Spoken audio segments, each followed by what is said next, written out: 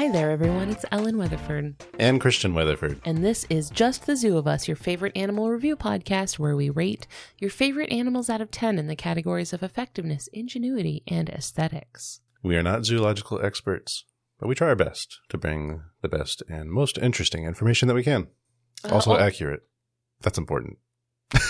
I mean, is it even these days? You get two. Pick two.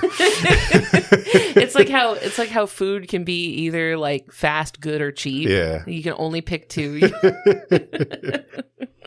That's how edutainment podcasts are. They can either be interesting, funny, or true. You have to pick two. You can't have all three. And we swap them out from time to time. It's called balance. You got to rotate through which one you're sacrificing. Yes. The three pillars of infotainment. The three pillars of science communication. It has to interesting, funny, and true. I would be interested to know where people think our podcast falls in that. Like if you were to plot that on a triangular sort of like diagram, like where do you think we would be on that? Dead center. So like not particularly of any of them. A little bit, a little fun, a little interesting, and a little true. There's something for everybody. It's the vanilla ice cream of podcasts. This show is what is a potentially polarizing ice cream flavor that's really, really good to a niche? Pistachio, maybe. Ooh, that's a good one. Strong cherry flavors, maybe. Like a black cherry, maybe. I do like a black cherry ice cream. No, pistachio is good because I feel like people who don't like pistachio hate pistachio. But if you do like pistachio, you really... Yeah, this podcast is the pistachio ice cream of podcasts, I think. Imagine disliking any nut. Imagine. Couldn't be me. Or legume. Could never be me. Never met a legume I didn't like. I'm lying through my teeth. There are many nuts I dislike strongly. I've been trying to eat more like pecans and walnuts and stuff for like health reasons. And I hate them so much. It is like taking medicine. I have to like set an alarm on my phone to remind me to eat walnuts because I hate them. Well, I'm over here. I have to label them. Having to put the nuts behind like an invisible dog fence. We have to put a shock collar on Christian that shocks him if he gets too close to them. Ooh, a peanut. Ah! I do have one really quick little housekeeping announcement before we get into the podcast. I will be on a panel with some friends from the Bugs Need Heroes podcast. We will be paneling at Rose City Comic Con in Portland. I believe our panel will be on Saturday. It is about the superpowers of bats. Ooh. Very excited about that. So if any of our listeners are in the Portland area and planning on hitting up Rose City Comic Con, please do swing by and see me and say hi. I really enjoy like running into people and meeting people that listen to the show out in the wild. So please do feel free to come say hello. Grab a selfie. Except it has to be from a flattering angle. It has to be cute. Yeah. I got my MySpace angle down. And that's all that I wanted to announce for this week. I do have an animal I'd like to speak on today. Oh, good. This would be weird if not. That'd be so crazy. Can you that's imagine? It. Goodbye. And that's the end of the show. All right. So. And then where would we put the promo break? If it was like a 4-minute episode, it'd be like 2 minutes of me talking about nuts and then a promo break and then 2 minutes of I'm going to be in Rose City. And then that's it. That's end credits. What's your animal? This week I'll be talking about the Sociable Weaver. Have you ever heard of this in your life? Have you ever heard these two words used together? No. Can I take a guess to what kind of animal it is? I would love that, please. Is it a bird? It is a bird. Okay. Yes.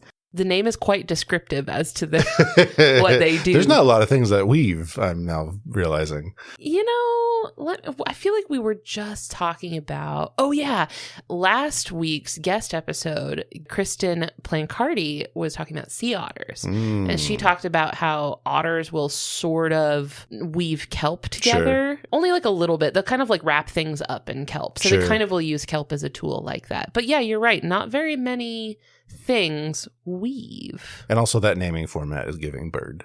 It is giving bird a little bit. They do like to adjective noun it a little bit with the... Like no one would name a mammal like that. It's the specificity. Yeah. It's the specificity that they do for birds. Southern chestnut chopper or something. It'll be the southern chestnut, red-headed, black-bellied,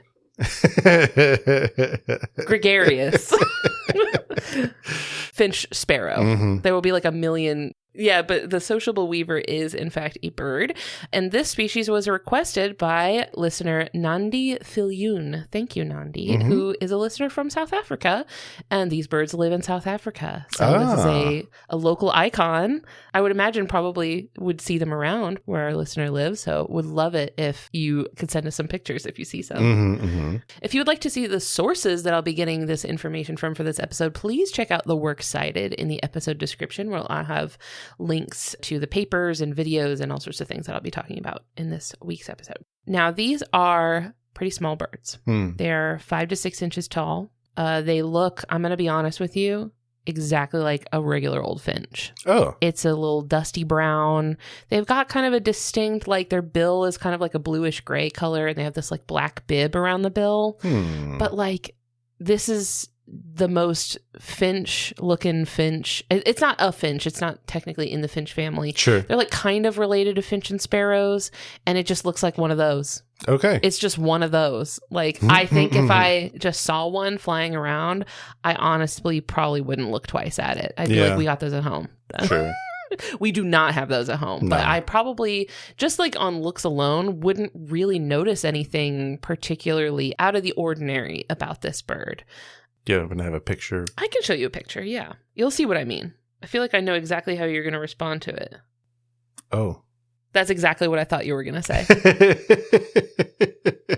That's the only response I can muster for this bird. It's just, oh. We get lots of birds like that. That's what I'm saying. Like, I mean, that maybe that's just us, though. Well, that is actually what I find so interesting about this bird, is that it looks like every other bird. Like, there's nothing very extreme about it. There's nothing that would immediately set it apart from other birds. But the things that it is doing, its behaviors, and its just the way that it lives its life is extreme compared to many other birds. So that's cool to me, is that like they don't look very unusual or interesting, but they are very interesting. Oh, good. It's a treat. These birds are found around the Kalahari Desert region, which is in the southern part of Africa. So found in South Africa, Botswana, and Namibia. They're in the taxonomic family called Plosiidae, which are the weavers, the weaver family. There are 122 known species. That's so many. Of weavers. There's so many of them. Huh. And many types of weavers actually weave the fibers together, as in kind of hooking them around things and like feeding them in and pulling them through in like a sewing kind of motion almost. Many weavers do that. This type of weaver doesn't really do so much of the weaving in and out. It's more just kind of arranging and stacking grasses and stuff. It's getting the same effect, but a lot of the weaver structures are very, very impressive. Like they're they're like fiber crafting. You know what I mean? Like doing this sort of in and out, like weaving the grasses in a very particular way that like, do you know what like braiding them together almost? Sure. What I'm imagining is what people do with felt. Felt? Like where they'll take a needle and they'll like poke a ball of felt. Like, I think that's a little bit more what the sociable weaver is doing, where it's just kind of like jamming things in and like packing them together really tightly. But there are some types of weavers that are actually doing more of a... if I knew more about knitting, maybe that would be inappropriate. It would be lost on me anyway. I know. Well, there you go. Look, we're on a level playing field. I know crochet, but this is nothing like crochet. I guess it could be a little like crochet, but it's mostly not like crochet. Sewing is, but it's not like adjoining two fabrics. I'm struggling here. I have a huge blind spot for, I don't know how to do very many like fiber craft. You know how to sew. You can do more fiber stuff than me. Sure, maybe. So what is it making? What is it doing with these fibers? So it is taking all of these dry, not just fibers, so not just dried grasses and straw and stuff like that, but also twigs, things like that, and making... Nest is an understatement. It's building a metropolis. Oh. It is building a city, a massive, huge, single structure Well, sometimes it can be more than one, but, it all kind of merges together to form this one superstructure. Before I get more into the sociable weaver specifically, I want to talk about some other types of weavers. There's an honorable mention I want to throw out. You may have seen videos of this one. It is called the Baya weaver, maybe Baya. I don't know how that's pronounced. They're found in Southeast Asia, and they build this nest that it's almost like gourd shaped. It's round. It has like a big round spherical shape to it. Kind of teardrop shaped. At the top, but then out of the bottom, the entrance to the nest sticks out the bottom, but then it kind of like fades towards the end. Do you know what I'm talking about? I think I'll show you a picture of it. And I'm going to see what you think this could be for, how you think this could be helping. Oh, I know exactly what this. Oh. That's a false entrance, right? It is a true entrance. Oh, that's not. Oh, okay. That is a true entrance to the nest, but why would it be shaped like that? Ooh. How it kind of like loses integrity towards the bottom? Oh, is it like continuously making it longer? I bet if you pulled on it, it would probably stretch a little bit. Then I'm lost. Let me know. It is so that snakes can't climb up it. Okay. Like a snake would not be able to get footing anywhere around there. There's nothing for a snake to grab onto. I see. So a snake can't climb up. Isn't that interesting? It is. I feel like I've seen a related species that makes this kind of nest, but with like a false entrance. Probably. That like goes into a tiny little empty space, but then the real entrance goes into like where the eggs are and such. Oh, yeah, you're probably right. I feel like I've heard of that too, but I just didn't also look for them snakes. up specific. Hi, it's me editing. I found what Christian was thinking of. Some species of birds called penduline tits in the genus Anthoscopus build their nests with a visible false entrance that leads to a dead end, while the true entrance to the nest is accessible by a little hidden flap that the bird lifts up to enter. I had a surprisingly hard time finding videos of this that weren't AI generated, but I managed to find a good one that I'll have a link to in the work cited in the episode description if you want to go check it out. It is really cool, so I do recommend it. Anyway, back to the episode. Yeah, snakes are like public enemy number one. Snakes are the op for these birds. Snakes are the big problem. So I wanted to have a honorable mention there because that's not the specific species I'm talking about today, but It is very, very interesting. So if this is anyone's first time listening to this podcast, we rate animals out of 10, and the first category that we rate animals on is effectiveness. These are physical adaptations, things built into the animal's body that let them solve problems that they face. To be honest, I'm giving them a 5 out of 10 for effectiveness. Okay. Because it's a bird. It's just a little bird. Yeah. There's nothing like physically extreme about them. They're so standard issue bird. You know what I mean? The only thing I could really find in here that is kind of like different about them, differently adapted, is that they are desert birds. So like a lot of other animals that live in the desert, they don't necessarily have access to like standing water or water sources. So they do get all of the moisture that they need from their diet. They mostly eat like insects, bugs, stuff like that. So they're getting moisture there. They don't need to like stop for water. That's really all I could find. Okay. That's not to say that there is nothing interestingly like physically adapted about them. I'm sure there is. I just couldn't really find anything that was particularly out of the ordinary. So it is all under the hood. It is all an application for these birds.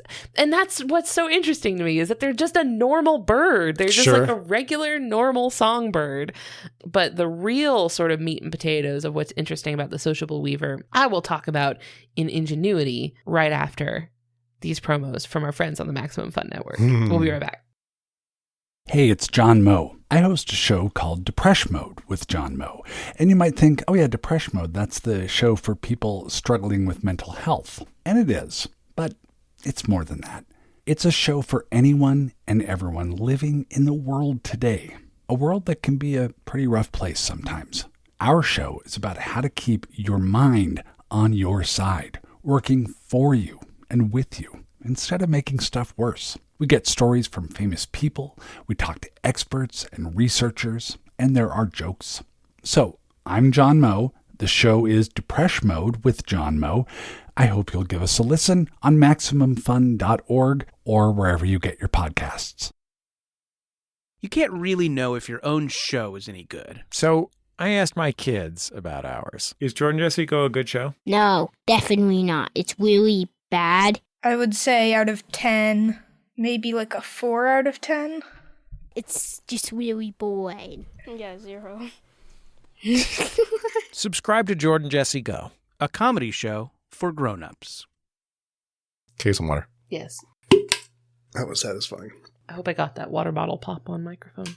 The true Owala users will recognize the opening. You ever try to open one of these bad boys after a flight on an airplane or on an airplane? Well, that's the thing. It's specifically if it was closed at one elevation and then opened at another.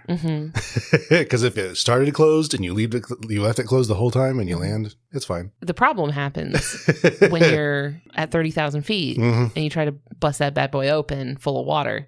Pew! Yep. It gets everywhere. Ask me how I know. Pressure is an interesting thing. The whole cabin's supposed to be pressurized. Maintain equilibrium. It is. It's just not as pressurized, I guess. I have been recently wondering, like, what would it look like? What would it cost to have the cabin be exactly 1 atmosphere? That's what I'm saying. And not slightly less or whatever it is. What do you think our threshold is? Like, how much wiggle room do you think we have there for how many atmospheres you think we could? I'm sure we know. Someone knows. Actually, tangent. You know how in the emergency demos they're like, if masks deploy, put them on and oxygen will flow. Yeah. Aircraft are designed to have enough oxygen for that. Not for the rest of the flight.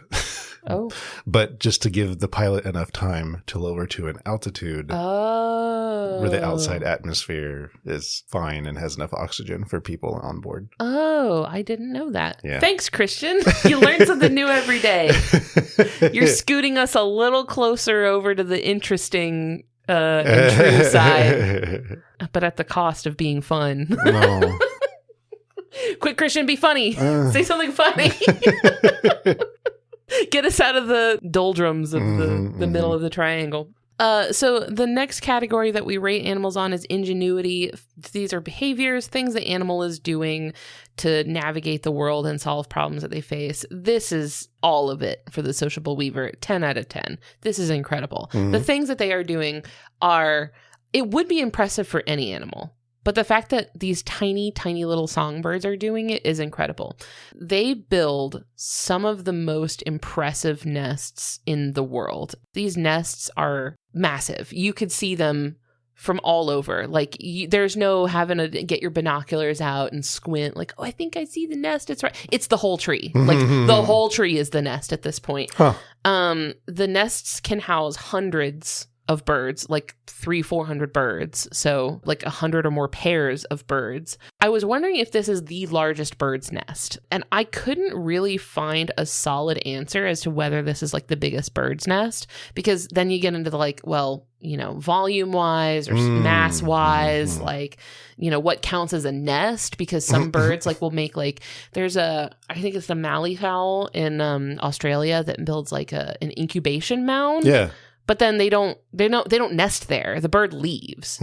So like, is that really a nest at that point? But anyway, the Guinness Book of World Records lists the largest bird nest ever recorded as a nest built by bald eagles in, guess where? Where? St. Petersburg, Florida. Wow. Like, I wonder what part of town. It's not a big city. Probably some random cell phone tower. Well, bald eagles, I feel like usually need a lot of space for this. So I don't know, maybe in Boyd Hill.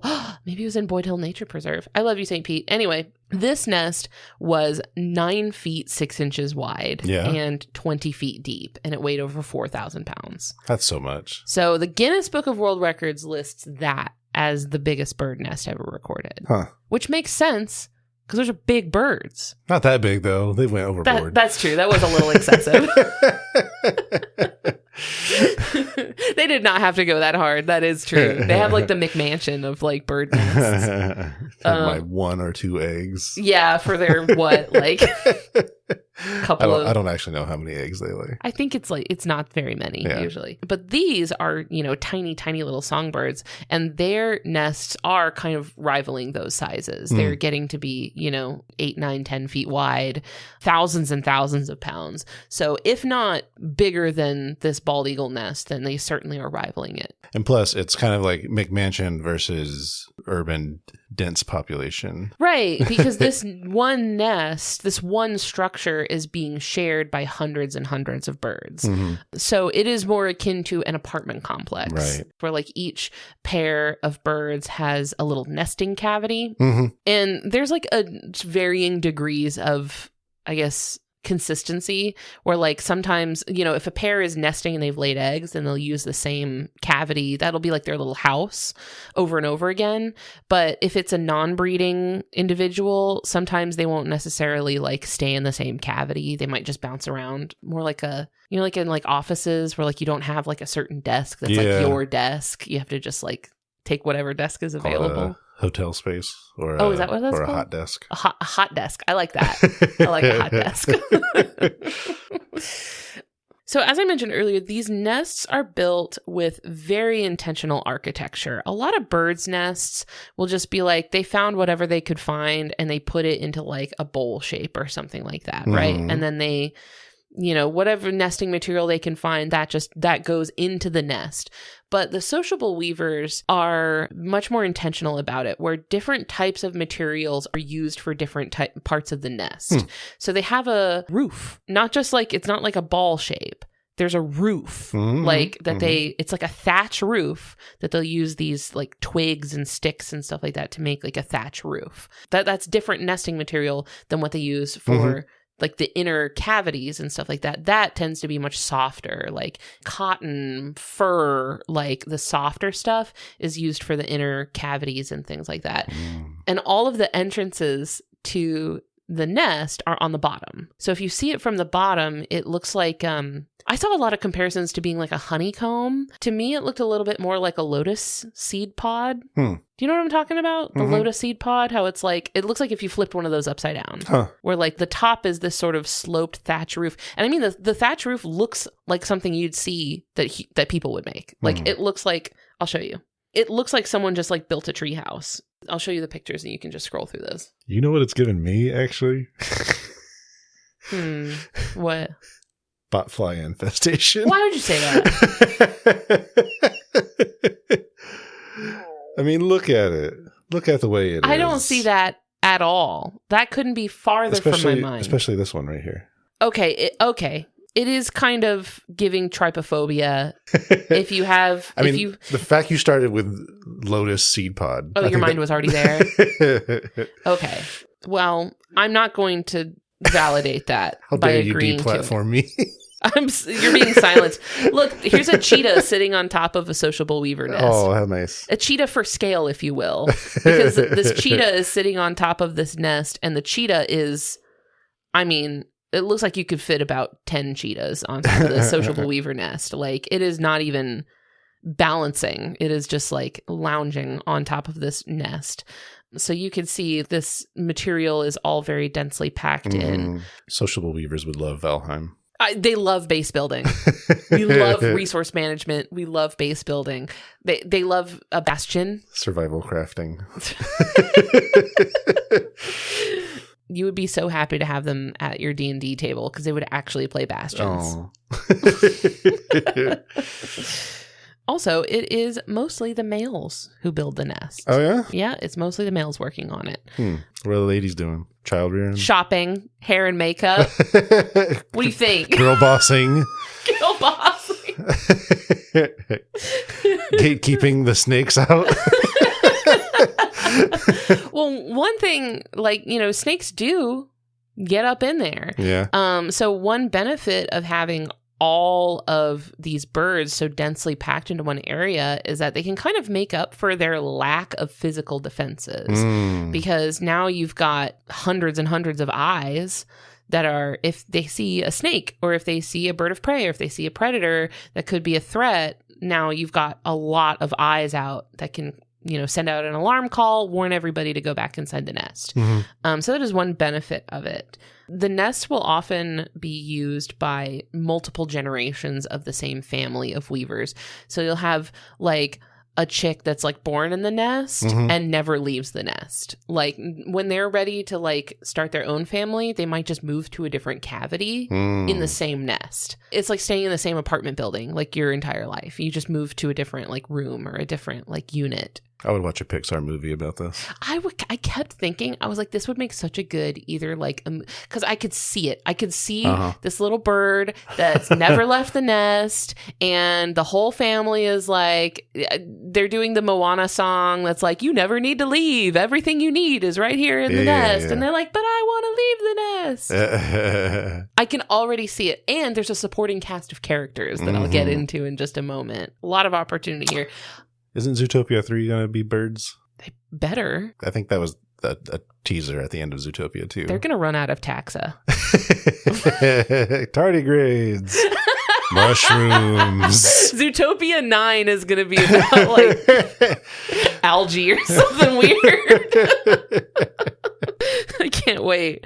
I was thinking like, this would make a great video game. Like a Sociable Weaver simulator where you have to be like building the nest. Because there's so many things you would have to maintain. You'd have to maintain the nest. Yeah. You'd have to also raise the chicks, care for them, look out for predators. I feel like there's so many moving parts here. Let's make a game. This is all just survival crafting game. But it's birds. You're not seeing the vision. Mine's different. This one will be different. You and I could make this game. Let's make this game. Neither of us have ever made a video game, but I'm sure we can figure it out. How hard could it be? How hard could it be? Some nests have been used continuously, even for up to 100 years or more. The weavers will eventually at some point have to abandon the nest because the nest will, if they have a really rainy season, you get a lot of moisture in there, it could kind of rot, right? Like that, the material on the inside rots and eventually it'll fall apart. We get to a nest of Theseus type thing. I had the exact same, it's in my notes. I said nest of Theseus because the birds are continually having to maintain it, right? They're having to take out rotten material and put new material in. I was just thinking, like, there's no way any one twig lasted 100 years, right? So right, yeah. So aside from, having to, and I'm going to talk a little bit more about the continual maintenance because that introduces some conflict between the birds in a moment. But yeah, the birds have to like constantly maintain it and be getting rid of rotten materials and bringing new materials in.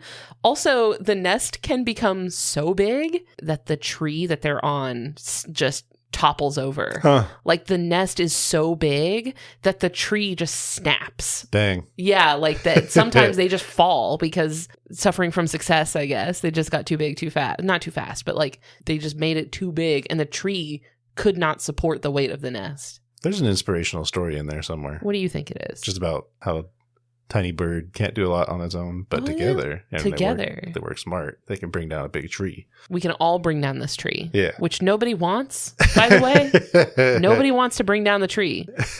We can all cause a lot of harm together. We can all, if we all work together, we can destroy things. This bird would love Saruman the White. By our powers combined, we can all destroy the environment together. The nests also do have built-in air conditioning. I know you love this. You love an air conditioning moment. Yeah. And this is more akin to, this actually reminds me a lot more of our house now, which has no air conditioning. Because the idea is that the chambers in the middle of the nest, where most of the birds sleep, like the chambers that are more like towards the center, they retain a lot of heat. So that's where the birds sleep at night when the desert gets cold. But the chambers that are closer to the edges tend to not retain as much heat. They stay cooler. And they even, like in studies, they were found to actually be cooler than the surrounding area. So during the day, when it gets really, really hot, Kalahari Desert gets really hot. So the birds can just pop up into these little outer cavities for just a little quick break in the shade. And then they can go keep doing what they're doing. So it's interesting. They have like they've sort of figured out the architecture-based cooling system. I bet a thermal camera of like that whole situation would be pretty interesting to look at. Yeah. So because the nest is a resource, but it is a resource that is shared and maintained collectively by a very large group of individuals. This makes sociable weavers really, really good models to study the evolution of social behavior. Because I was thinking about this and I was like, we've heard of animals constructing very impressive, infrastructure, making very big communal living spaces. But the only ones I could really think of that do this very much are eusocial insects. So like bees, ants. Ants are really good at this. Termites, things like which people think are related to ants, but they're not. They're related to cockroaches. But like I only really hear about this in eusocial insects, and then naked mole rats do this a little bit too. Naked mole rats are like the weirdos in the mammal world because they're eusocial. That's not very common among mammals. But the birds don't, first of all, they're not insects, right? This is unusual to see this in, I feel like, birds, but also they're not really eusocial. When a species is eusocial, they have this hierarchy, right? Where like there are roles, like what your role is. Like you are a worker, you are supposed to maintain the nest. You are a drone, you're supposed to go out and get food. Like every individual has a role that they know to do. The birds are not doing that. It's a more chaotic sort of anarchist approach, but they all have to maintain this nest together with no clearly defined roles, no hierarchy. We just need to figure it out. So there was this really, really interesting study in 2016 where researchers looked at how cooperation and aggression between nest members were connected. So they point out that there are two ways that birds can work on the nest. There's interior maintenance, which is the bird working on their own nest cavity. You can work on your own little space. Or exterior maintenance, where you're working on the thatch, right? You're contributing to the roof, patching up the roof. You're smiling. Why are you smiling? I'm just imagining the game. What game? If this were a game, I think it was multiplayer, of course. You're gaming in your mind already. Like Ellen will do the interior, I'll do the exterior. Oh, you would let me do the interior? Of course. Oh. That is exactly how we play Minecraft, actually. Because I'm always the one building a cute little house, and you and the boys go off and do whatever it is that you guys do. Aggro everything. You go fight stuff and do whatever you're doing. Yeah. I don't even know. I'm back. I never leave spawn, basically. That's great. We're pulling back over to the fun corner. But so there's interior maintenance and there's exterior maintenance. And the researchers kind of point out that the interior maintenance is more selfish, right? Like that's only benefiting you if you're using that cavity.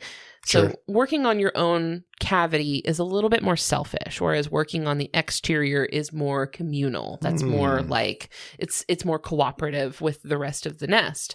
So what the researchers found was that the birds who worked more on the outside of the nest tended to be more aggressive. Oh. Especially towards birds who tended to work on their own cavities more. Oh. So if the other birds perceived a bird as being more selfish, as in working more on their own cavity than on the shared thatch, they would bully that bird. Like they would be much more aggressive and chase that bird around and like give him a hard time, basically. Interesting. And then, so this was important. They note they don't totally kick him out. He's not evicted. He can stay, but they're giving him a hard time about it. They're chasing him around. They're biting him.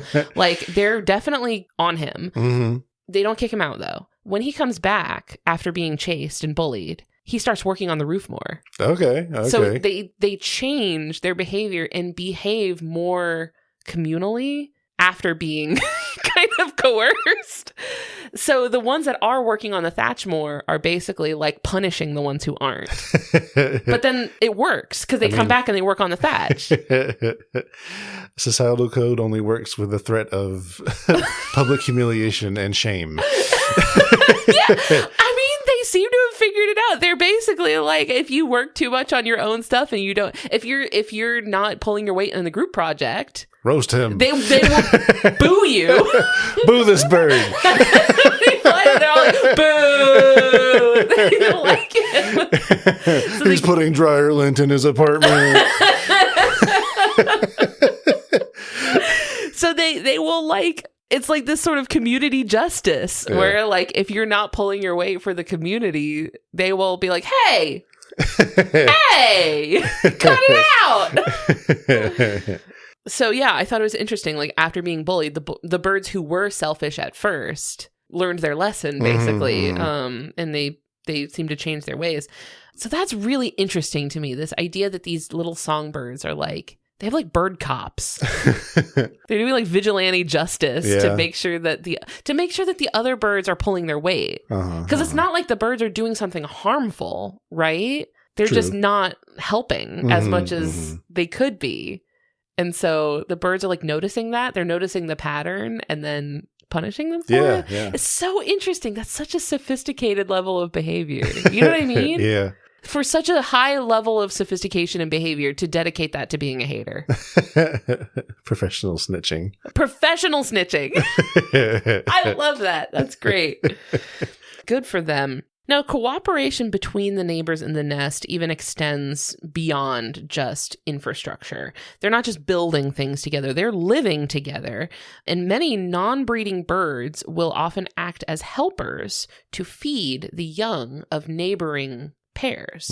So, if one bird is out gathering food and the chicks are hungry, you may have a neighbor who's not necessarily their parent would pop in and help feed the babies and stuff like that. So a lot of communal parenting, the word for that is alloparenting, where like the whole group is like, you're not just caring for your own young, but you're caring for whoever young needs help. These birds have got some things figured out. They have a utopia. It's a utopia in here. Although the part you were talking about where it gets too big, breaks the tree. Is this a mirror on us as humanity? Is this play about us? Is this about like industry and greed overextending natural resources? Could be.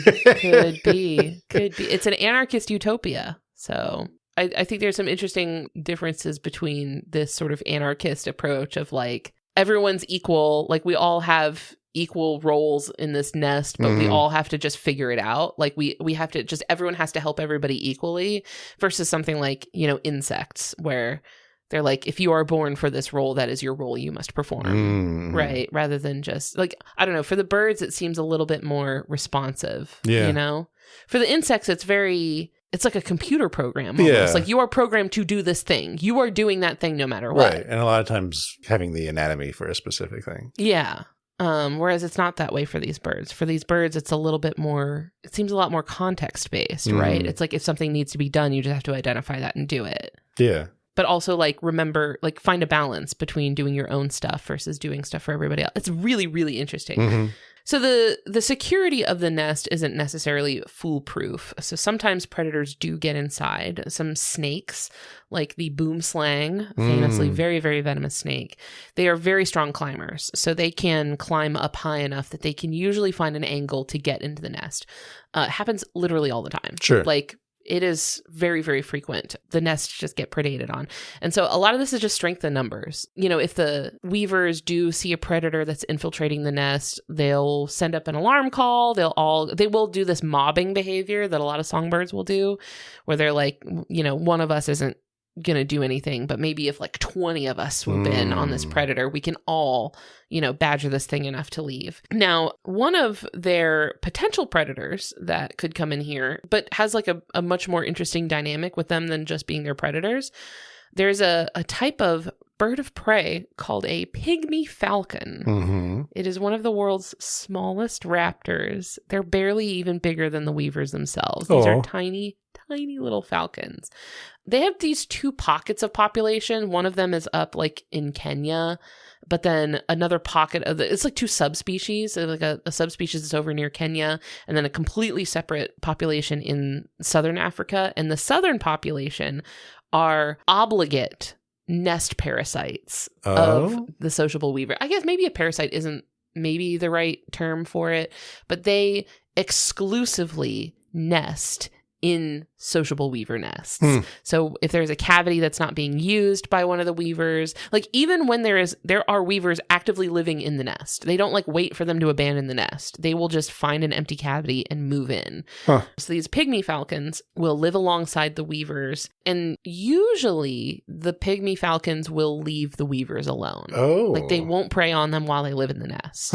Every once in a while they do. It's kind of rare, but it does happen. But for the most part, they leave each other alone. alone. And I saw this video where this zoologist and safari guide named Yako Powell says in a video, it's by the YouTube channel Ultimate Safari, and he's talking about the sociable weavers that he's like seen out in the Kalahari. He says that you can tell which chambers are used by the weavers and which ones are used by the falcons, because the weavers are really, really good at aiming their poop. Oh. So that the poop doesn't hit the sides of the cavity. Like they poop just straight out the hole. Sure. And it just doesn't hit the side. So like the weavers, their entrances are very clean. And the falcons, not so much. So the entrances to the falcons' cavities are just covered in poop. Dang. Just caked in it. So this zoologist said it's just because they're not good at aiming their poop. I did see some discussion as to whether this could be like an intentional, like a fecal mat that could be like an adaptation for something, whether it's like a cue to like let other pygmy falcons know where their nest is, or if it has like antimicrobial I don't know. That gets into like, that's more about pygmy falcons. Right. I'm trying to not focus on those this episode. So maybe that's for a future episode. But anyway, their doors are covered in poop, which is very funny. Mm-hmm. So there's even one other type of animal that is often found close together with these weavers, and that is the Kalahari tree skink, little lizard, that are much more likely to be found in trees with sociable weaver nests in them, even when those nests also had pygmy falcons in them, because pygmy falcons do eat these skinks. Okay. So that is a predator, but the skinks will still, they would rather be in the tree with the weaver nest, even if it has a pygmy falcon, than in one without a weaver nest. So why do they want to be there? The nest is providing a lot of escape opportunities for the skink. So if something is attacking the skink and there's a giant weaver nest like right there, it's much easier for the skink to just dart into one of these holes. Mess with some birds for a little bit and then just leave. Rage bait. Yeah. Hey. Get off my lawn. It doesn't seem like the skink is providing anything in return. He's just here. Yeah, he's just also here. Are they cute? I don't know. Let's find out. I remember our skinks in Florida being cute. Oh, I miss those. Okay, yeah, they're pretty cute. They don't have the blue tail that ours did. I like the stripes still. Yeah, the stripes are pretty cute. Yeah, it's a cute little guy. But okay, so that study showing that there was a link between the weavers and the skinks was in 2014. And then in 2020, another study suggested something really interesting about the skinks, in that the skinks actually seem to be eavesdropping on the weavers. Okay. You gave the weirdest face. You were like... In the same way that my cat might eavesdrop on me, I guess. Well, I mean, but that's interesting. What do you mean the cat? The cat does not eavesdrop on you. My point is, what is it gaining from doing this? So the idea is that when the skink is like out foraging on the tree or something like that, the skink is listening to the vocalizations of the weavers. Okay. And if the weavers send up an alarm call, that means there's a predator coming, like a threat is approaching, then the skink will respond to that. It will escape, flee, go hide somewhere. And they had to look at responses of skinks that lived next to weavers and skinks that didn't. Okay. And the skinks that didn't live near weavers responded the same way to all of the weavers' different types of calls. So like if any, non-threat calls, non-alarm calls, alarm calls, all of them, the skinks responded the same way.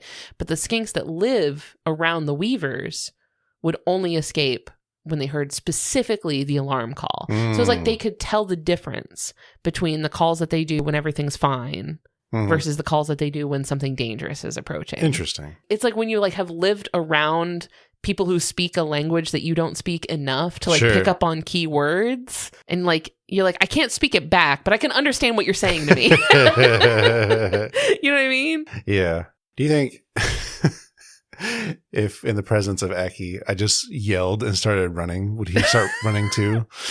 No. No, he wouldn't. Like, oh man, if something's got him running, I should probably run too. No, he wouldn't. You know why? We've desensitized him to us doing weird stuff. Because every day when we go downstairs for lunch for like 30 minutes, we just do weird stuff he's never seen a human do before to mess with him.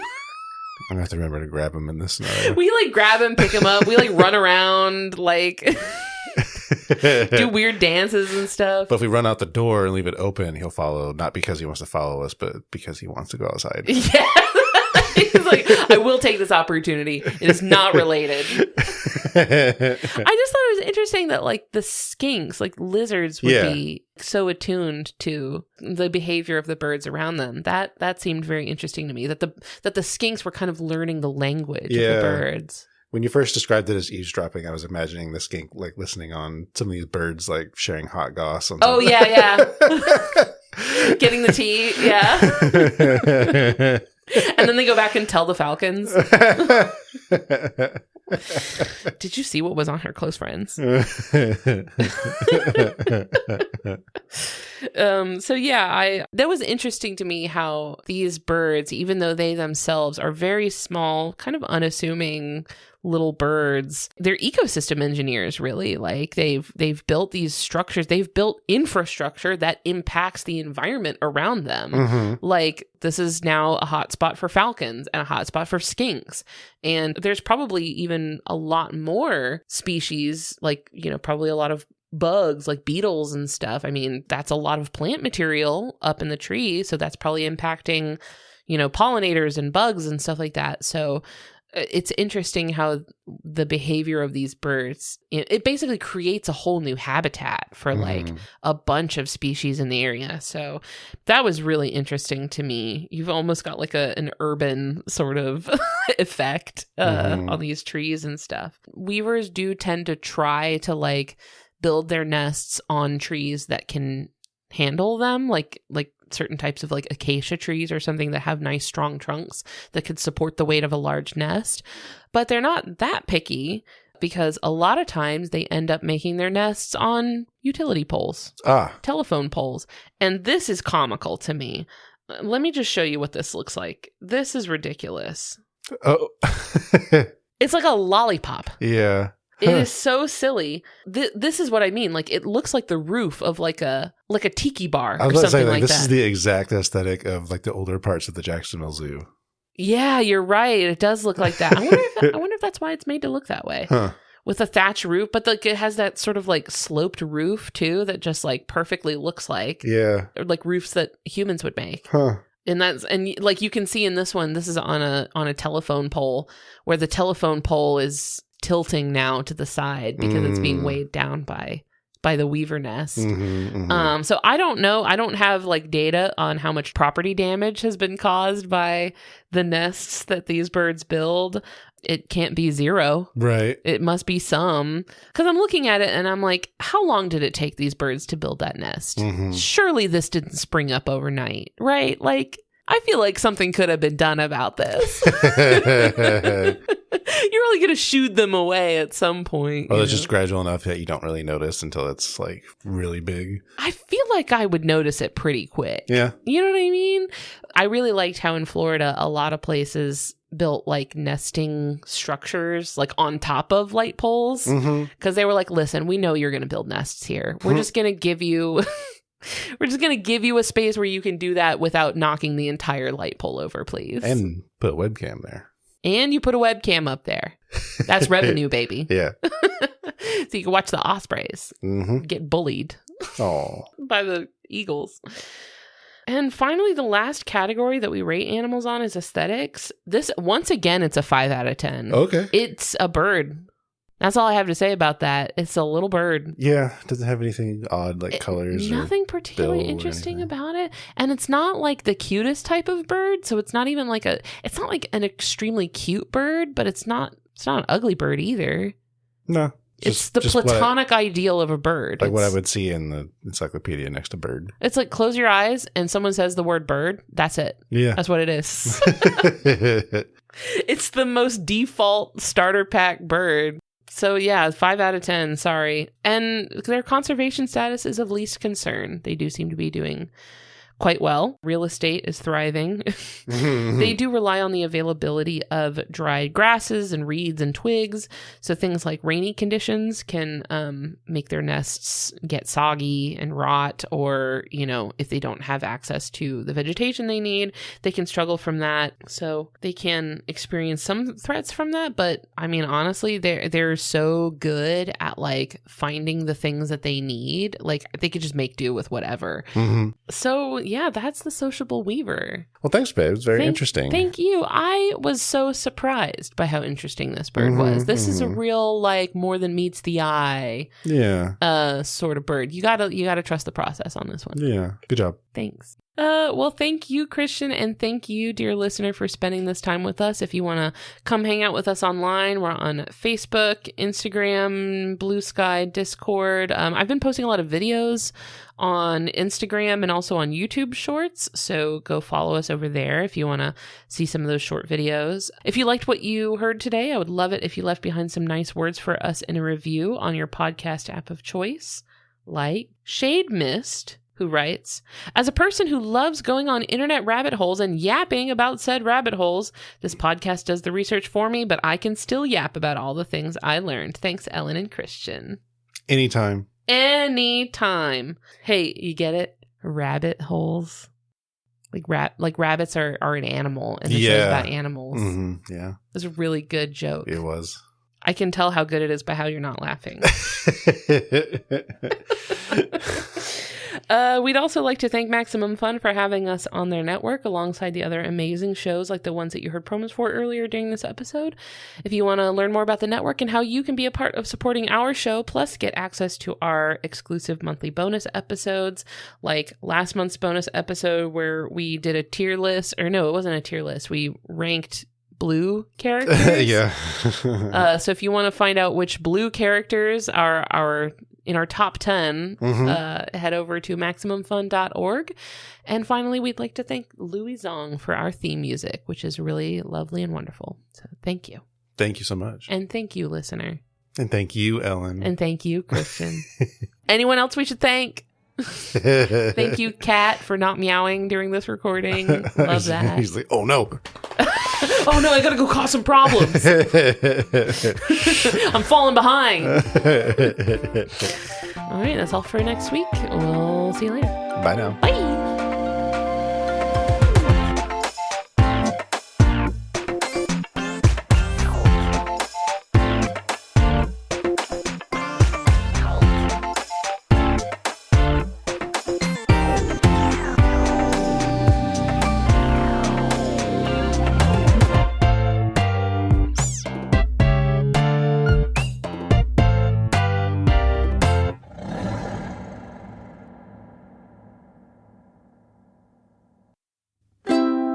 Maximum Fun, a worker-owned network of artist-owned shows. Supported directly by you.